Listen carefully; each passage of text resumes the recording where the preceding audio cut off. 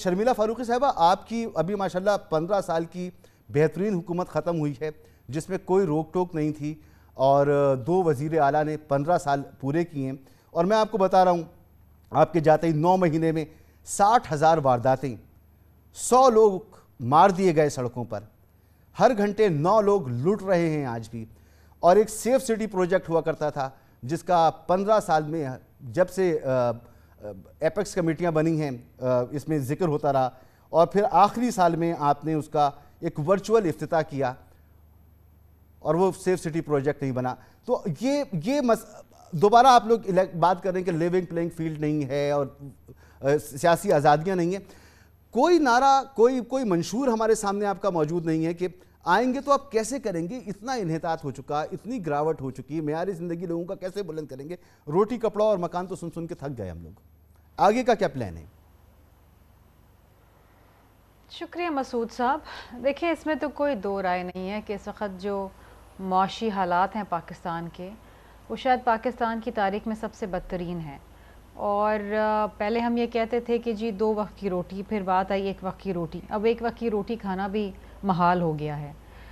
جہاں تک تعلق ہے پاکستان پیپلز پارٹی کا، تو دیکھیے پیپلز پارٹی کی حکومت رہی سندھ میں، آپ نے بالکل صحیح کہا، کراچی میں پہلی بار ہمارا میئر آیا ہے، پی ڈی ایم کی حکومت کا ہم بے شک حصہ تھے، اور 15-16 ماہ کی حکومت کو میں حکومت نہیں کہتی، میں ایک سٹرگل کہتی ہوں، کیونکہ اس میں سب سے بڑی جو کوشش اور کاوش تھی وہ یہ تھی کہ کسی طریقے سے پاکستان کو ڈیفالٹ سے بچایا جائے، اور خدا نخواستہ اگر پاکستان ڈیفالٹ پہ چلا جاتا تو نہ جانے کتنی اور تباہی پاکستان میں مچ جاتی، جو شاید ہم کئی سال لگ جاتے اسے ریورس کرنے میں۔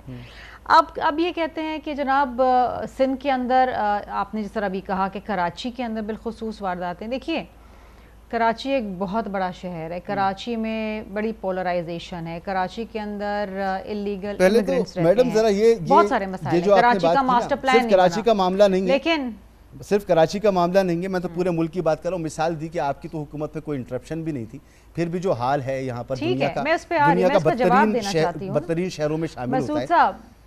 جی میں تو عرض یہ کر رہا ہوں، آپ کہہ دیتے ہیں جی ہم نے ڈیفالٹ کو آپ نے جو معاہدہ کیا ہے، جو آخر میں معاہدہ کیا وہ معاہدہ نہیں ہے، وہ ون وے ٹریفک تھی، ایسے کر کے آئی ایم ایف نے آپ کے سامنے ایک مستودہ رکھا کہ ٹیک اٹ اور لیو اٹ، یہی ہے ہمارے پاس، آپ نے کوئی نیگوسیشن اس میں نہیں کی میڈم، کیوں آپ چلے وہی سمجھ لیں ٹیک اٹ اور لیو اٹ، مسعود صاحب یہی سمجھ لیں ٹیک اٹ اور لیو اٹ، کیا ہمارے پاس یہ آپشن تھا لیو کرنے کا؟ Did we have that option? 9 مہینے ضائع کیا آپ کے وزیر خزانہ نے، تو کیا معاہدہ نہیں کیا؟ نہیں، ایک سیکنڈ مجھے جواب تو دینے دینا، سوال آپ نے اتنے سارے کر لیے، جواب تو مجھے دینے دیں۔ کیا ہمارے پاس یہ آپشن تھا کہ ہم اسے چھوڑ دیتے؟ کیا ہم نے نیگوسیشن پہ کوشش نہیں کی؟ جتنی کوشش کر سکتے تھے اتنی کوشش کی، لیکن پاکستان کو ڈیفالٹ سے تو بچانا تھا۔ نہیں آپ نے آئی ایم ایف کو دھمکیاں دی میڈم، ڈیفالٹ سے کہاں بچائے؟ 9 مہینے معاہدہ نہیں کیا آپ نے، جس کو ریکارڈ کو درست ہونا چاہیے۔ ہم نے تو کوئی دھمکیاں نہیں دی بھئی اسحاق ڈار صاحب آپ کے تو وزیر خزانہ تھے، اور کس کے تھے؟ جس نے نہیں دیکھیے آپ سٹیٹمنٹس پہ جو یہ جو اخبارات میں ٹیلی ویژن پہ جو یہ سٹیٹمنٹس جو منسوب کر دیے جاتے ہیں، میں اس کی جواب دہ نہیں ہوں، وہ تو پھر اسحاق ڈار سے آپ پوچھیں۔ I am not representing P M L N, میں جو ہوں نہیں I am not representing P M L N. P D M حکومت کی بات کی نا آپ نے کہ ہم نے ڈیفالٹ سے بچایا، تو میڈم پی ڈی ایم حکومت نے ڈیفالٹ سے بچایا، 9 مہینے ضائع کیا۔ مسعود صاحب مجھے بات تو کرنے دیں، آپ مجھے بات تو کرنے دیں، want you letting me talk? آپ مجھ سے سوال پوچھتے ہیں، جواب نہیں سنتے، پھر دوسرا پوچھتے ہیں، پھر تیسرا پوچھتے ہیں۔ نہیں بس میں ریکارڈ ٹھیک کر رہا تھا کہ ڈیفالٹ سے بچایا جا سکتا تھا۔ ریکارڈ مجھے معلوم ہے، ریکارڈ مجھے پتا ہے، نہیں پی ڈی ایم کی حکومت اپنی جگہ، لیکن آپ ہم سے ان وزارتوں کی وضاحت مانگیں یا ان وزارتوں کے ہم جواب دیں ہیں جو ہمارے پاس تھیں۔ اگر فائنانس ہمارے پاس نہیں تھی اور فائنانس اسحاق ڈار نے اچھی چلائی، بری چلائی، جیسی بھی چلائی، یہ وہ جواب دیں۔ I cannot be answerable for the finance ministry because وہ ہمارے پاس نہیں تھی۔ ہاں مجھ سے فارن منسٹری کے بارے میں پوچھیں جو بلاول بھٹو زرداری صاحب چلاتے تھے، میں اس کے بارے میں جواب دے ہوں۔ اسحاق ڈار صاحب نے اچھی حکومت چلائی میڈم، کہ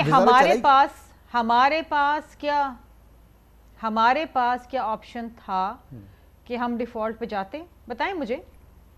کیا ہم یہ ہمارے پاس یہ آپشن تھا کہ پاکستان کو ڈیفالٹ ہونے دیتے؟ دیکھیں ڈیفالٹ جو پاکستان کی معاشی صورتحال ہے اس میں آپ کا معذرت کے ساتھ میڈم ہم پاکستان کے لیے ایک لون پی ڈی ایم حکومت کا صرف اتنا ہی کردار ہے کہ آخر میں شہباز شریف صاحب نے ترلے کیے اور ایک معاہدہ مل گیا. اگر مجھ سے بات ہی نہیں ہو رہی ہے مسعود صاحب، آئی ڈونٹ نو، آپ مجھے آپ سوال پوچھ رہی تھی نا تو میں نے آپ کو جواب دیا. آپ کمپلیٹ کیجئے. نہیں، میں سوال نہیں پوچھ رہی آپ سے، میں جواب دینا چاہ رہی ہوں. آپ مجھے یا تو آپ بات کر لیں یا میں بات کر لوں. کمپلیٹ کیجئے پلیز. میں ایک سوال کا جواب دیتی ہوں تو آپ دوسرے پہ چلے جاتے ہیں. یہ آپ کے میرے درمیان کوئی مقابلے بازی نہیں ہو رہی، میں جواب دینے آئی ہوں، میں گیسٹ ہوں آپ کی. آپ کمپلیٹ کیجئے پلیز. دیکھیے بات یہ ہے مسعود صاحب کہ سیدھی بات ہے. کیا سائرہ بانو صاحبہ یا رانا الیاس صاحب یہ سمجھتے ہیں یا میں یہ سمجھتی ہوں کہ اگر ہمارے پاس آپشن تھا کہ سخت ترین شرائط کے اوپر لون سیکیور کریں آئی ایم ایف سے یا ڈیفالٹ میں چلے جائیں، which was better? Devil and the deep sea, which was better? Of course the IMF loan was better. Default سے تو بچ گئے نا. میں یہ کبھی نہیں کہہ رہی کہ جی ہم نے کارنامے انجام دے دیے یا کمال کر دیا. سخت ترین شرائط، مشکل حالات, unpopular decisions, but that was the only choice we had. In fact, we didn't have a choice. ہمارا آپشن ہی کوئی اور نہیں تھا. اب آ جاتے ہیں جرائم کی. بڑھیں گی جی جرائم، ہوں گے کیسے نہیں ہوں گے جب ملک میں اتنی غربت ہے، اتنی بے روزگاری ہے، اتنی قیامت خیز مہنگائی ہے. اور سائرہ بانو صاحبہ کی حکومت تو عمران خان کے ساتھ کولیشن میں تھی نا، ان کی تو 2-3 وزیر بیٹھے تھے ان کے ساتھ اس حکومت میں. تو کیا مہنگائی کم ہو گئی؟ کیا بے روزگاری کم ہو گئی؟ کیا پاکستان جو ہے وہ مطلب ان کے بہت زیادہ جو سرکولر ڈیٹ تھے وہ ختم ہو گئے؟ کیا ڈیفیسٹ ختم ہو گیا؟ یہ بھی تو جواب دہ ہے نا، یا یہ جواب دہ نہیں ہے؟ کیونکہ جناب مہنگائی اور بڑھ گئی، غربت اور بڑھ گئی، تو جی وہ عمران خان ذمہ دار اس اب کا، ان پہ آ جائیں.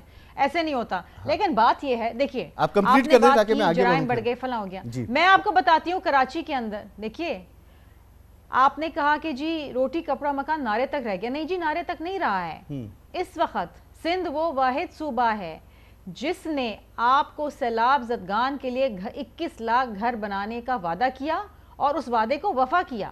بن گئے. ہم جانے سے پہلے ان مختلف، بالکل ہم لینڈ ٹائٹلز دے گئے ہیں، ہم رقم دے گئے ہیں، گھر تعمیر ہو رہے ہیں مختلف ڈسٹرکٹس کے اندر. مجھے آپ بتائیے اتنا بڑا تاریخی تعمیراتی پروگرام کیا پاکستان میں کسی اور جماعت نے شروع کیا یا کسی اور صوبے میں سیلاب زدگان کی بحالی کا کام ہوا ہے؟ میں آگے بڑھتا ہوں نا، آپ جو گفتگو کر رہی ہیں ذرا واپس آتا ہوں، پھر اس میں مزید بات کرتا ہوں.